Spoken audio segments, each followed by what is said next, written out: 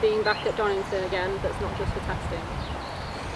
Donington's my home circuit. It's about 15 minutes away from where I live, so it's always nice to be back at Donington because it's a local circuit. It means I can stay at home and travel to the circuit as and when we need to. It's nice to be able to go racing there. During testing you kind of do mostly bedding and brakes and doing tyres, things like that, so it's nice to fully go up to speed, see how our pace is compared to everyone else. Donington's a really nice track. It's got a lot of nice undulations, and yeah, it's a very dynamic and characterful circuit. What's your favourite part of Donington Circuit?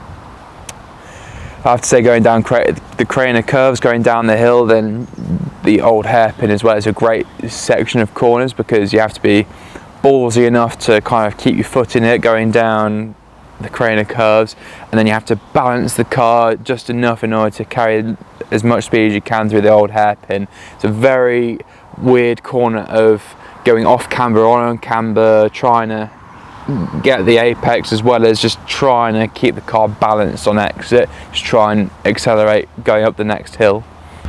How did the car compare in the Pall Mall Cup to the Spa 3 Hours? Well, because we're doing a specific series called the Motor Racing Legends, in their regulations you have to use Dunlop Historic tyres. In Spa for the Summer Classic we used Avon Classic tyres. So the Avons are a lot more sticky, they're more radial tyres, which means that they're made with a more modern construction, so you have a lot more grip. With the Dunlops, they're a cross-ply tyre, so you have a lot less grip. It feels like you're skating on top of the surface. So in Spa the car feels a lot faster because it's a lot more planted on the road.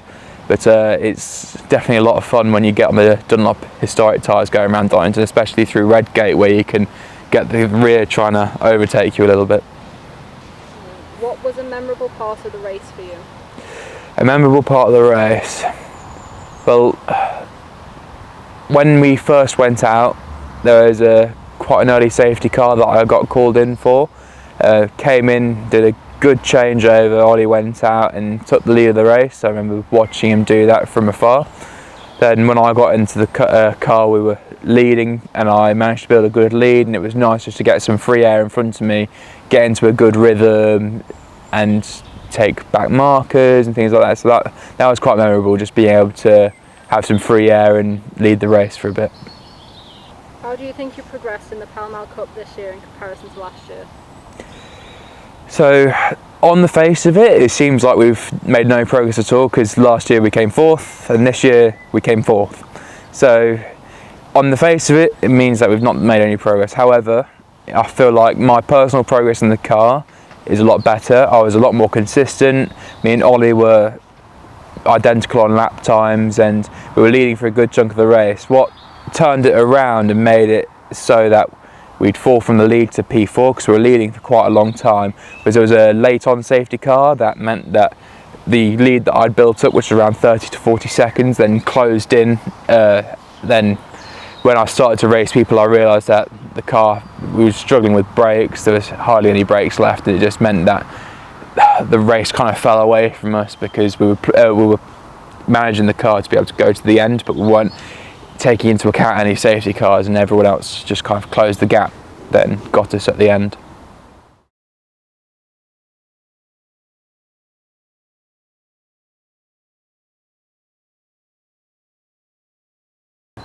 The important thing about Donington is that there aren't that many long straights. There's a lot of tight corners, one after another. With the TVR, the key thing is managing brakes.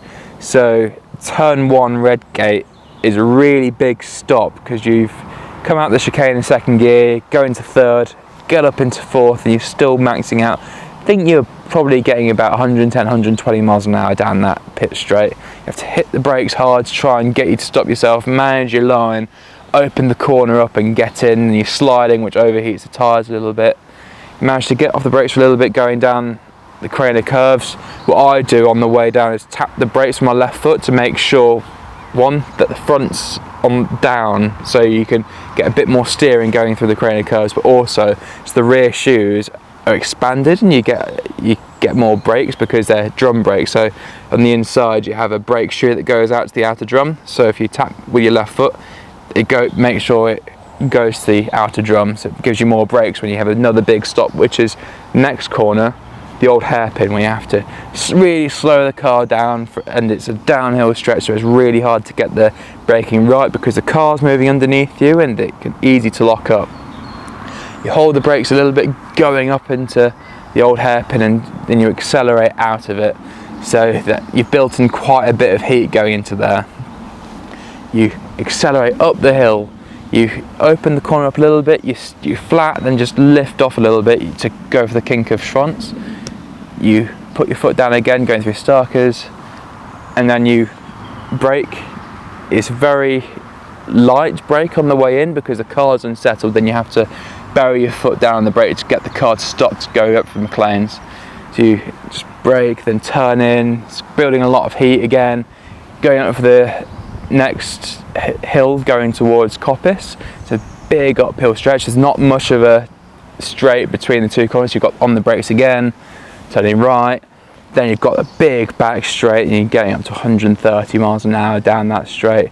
Then it's a big stop for a chicane, so it's a lot of big stops in this circuit. You need to manage the brakes, especially through a 3-hour race. I mean, with the other race that we do 90 minutes, things like that. You can manage them a little bit less, but still it's all about brake management, making sure you have enough temperature in the brakes to make sure you stop, but not too much that everything overheats, and you don't want to wear down the brake pads because you need some meat in the pad just to be able to fight people right at the end. And ultimately that's maybe where we lost out on. We were doing a good pace overall, but it meant that we didn't have that much braking left, so when the later stage of the race where everyone had a chance to call their brakes in a safety car and got caught up to us because the safety car bunched up the pack, it's where we might have lost out a bit, because when you're racing you use a lot more brakes, it creates a lot of brake temperature, and that's where we started to struggle.